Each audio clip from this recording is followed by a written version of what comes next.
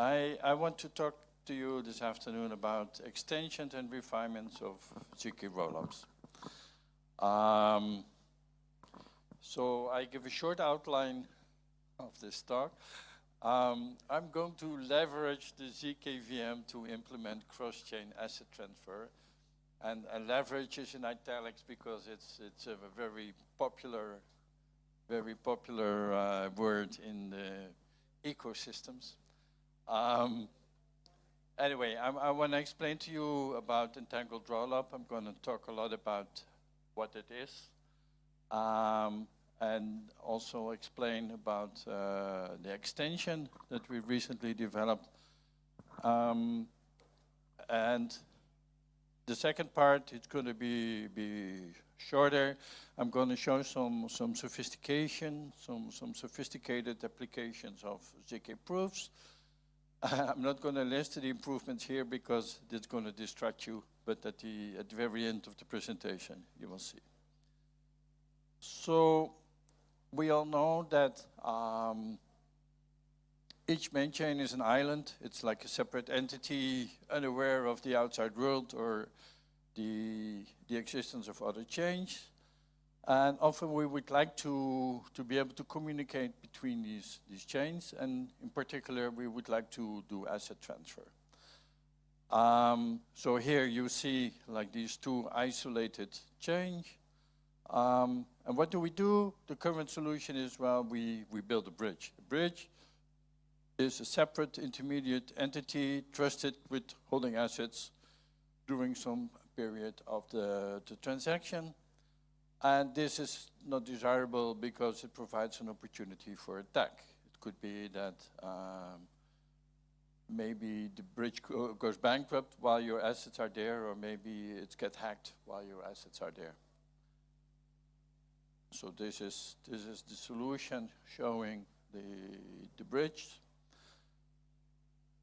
Now I'm going to explain to you the main idea of an entangled rollup. And the basic idea is the following, that using existing primitives and using existing underlying trust assumptions of a zkRollup, we can implement cross-chain asset transfer. So it's like bridging, but without the need of a bridge. And again, without adding additional trust assumption or additional entities. So just to remind you, this is an outline of a zkRollup. We have the user, which is represented by a wallet. We have the node, the sequencer, and in particular, we have on the right, we have the zkVM. And this is essentially what we're going to take advantage of. The fact that we have a zkRollup implies, of course, that we have a zkVM. And the idea is that we are going to use the zkVM for more powerful objectives. I'm skipping a bit here. I gave a more detailed presentation on this part, but I'm not going to go into much of the details, also given the limited amount of time. But the idea is the following, that in this case you can see how a zk proof is being used as a proof of transaction. On the slide it's called a validity proof, not a zk proof, but these two terms are equivalent. So what happens is that we have the transaction, we have the client sends 10,000 units to some rollup account. You have to wait for settlement, but once it's settled, you have a proof of transaction. And this proof of transaction has to go in the form of a zk proof, because layer 1 doesn't blindly trust what happens on L2. So there has to be a zk proof. This is exactly what the zkRollup is used for. And then with this proof, you go to L1. And we can see that the rollup account on L1 will now authorize transferring 10,000 units to the client account on L1. So this is what we have, what we gain from the zkRollup. And what we are going to do, we're going to use the same trick, but instead of between L2 and L1, we're going to do it from chain A to chain B. So this is the way. It's very similar. So step 4 is the proof of transaction. And intuitively, you must realize this is like a certified check. This is the whole idea of the zk proof. The zk proof will act as a certified check. So a certified check, it's like you show it and you can cash the money right away. So this is the idea of our scheme, and this is what we call the entangled rollup. How do you prove that the settlement on chain A actually happens? There are two different approaches. One is that you go back in time. You go back to the Genesis block, and you show that the current transaction, the transaction that in which you want to validate, goes back all the way to the Genesis block. So this is by itself has some strong guarantee. Nevertheless, it doesn't show that no rollback has taken place. So this is why we actually are in favor of the next approach, which is you go forward and you wait. So what's the idea here? The transaction is included in block M, but now we're going to wait n blocks where n is sufficiently large to guarantee that no rollback has taken place. And then when is n, when you have weighted n blocks, then you create a zero-knowledge proof that shows that the transaction has been included in block M, that the hash of M was computed correctly, and also that the hash of M plus N was computed correctly. And so this altogether constitutes a proof. Well, this requires some thinking, and this is sort of specific to the blockchain, to the Bitcoin blockchain. But the idea is that if it were possible to create this proof but a fraudulent proof, this would be equivalent to forking in Bitcoin, which is supposed to be impossible. So this is the security guarantee. So instead of having two separate ecosystems, what we engage now is we are getting two entangled ecosystems. So this is part of the reason for calling this the entangled rollup.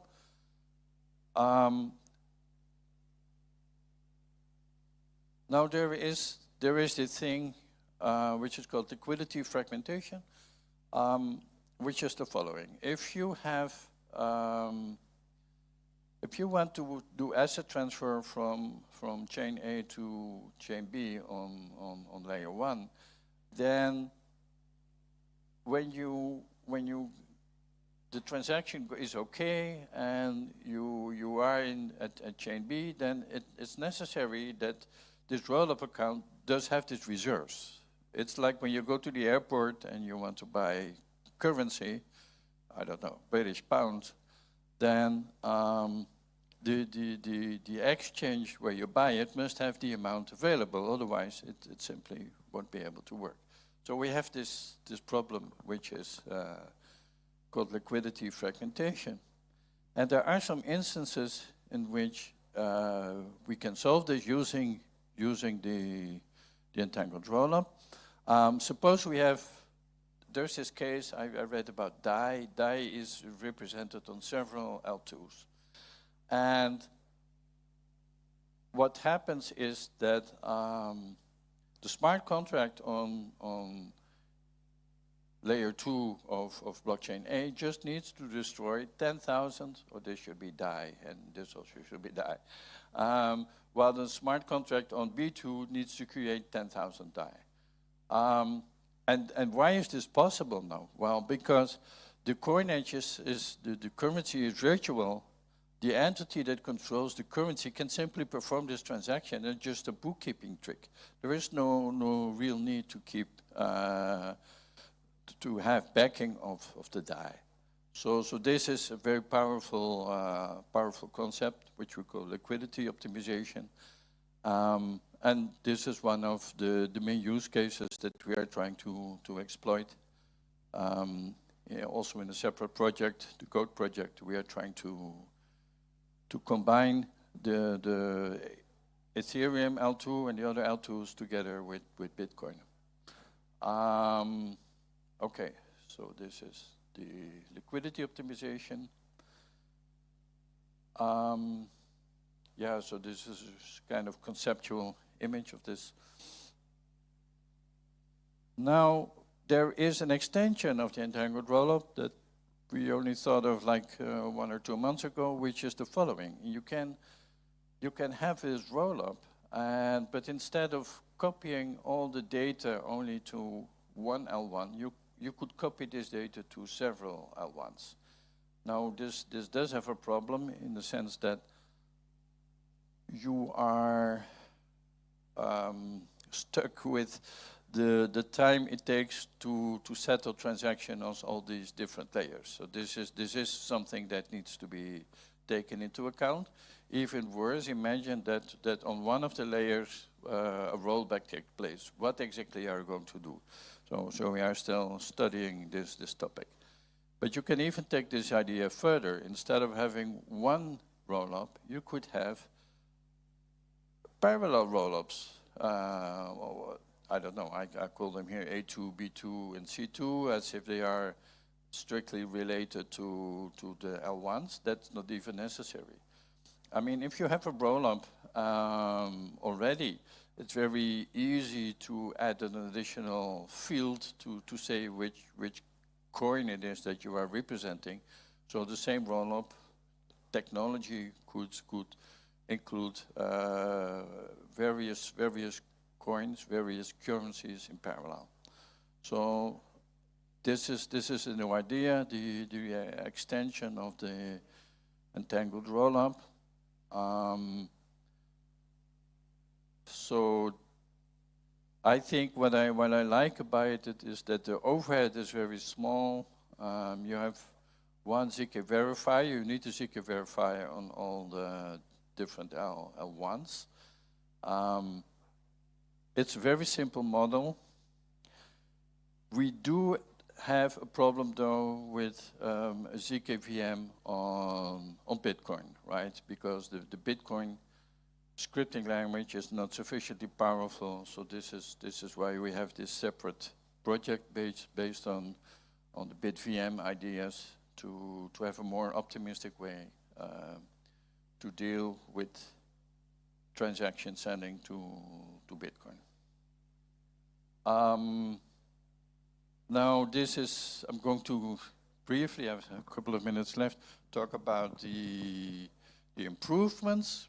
So one first improvement on rollups that we envision is to process simple transactions separately.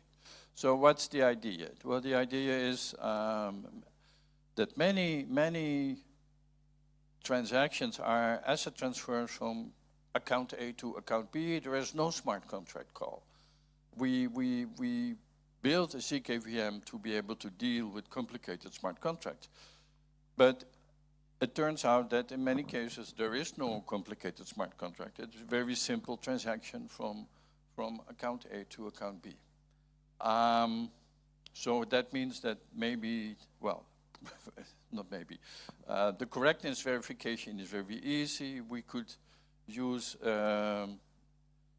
maybe a very small set of the zkVM instructions. We could build a specific snark. Maybe we can build a very specific protocol for it. We are still looking into this. But the upshot is that we have two queues. We get a fast queue and a slow queue. So the fast queue only takes simple transactions. And so they don't get held up by by complicated transactions which are in the slow queue. Right? We know that prover time at the moment takes a couple of hours, maybe 3, 4, 5 hours. And maybe by doing the separation, we can get the simple transaction processing time down to, I don't know, 20 minutes or maybe 3 minutes. So that was certainly worth looking into. There is some hopeful statistics that we have.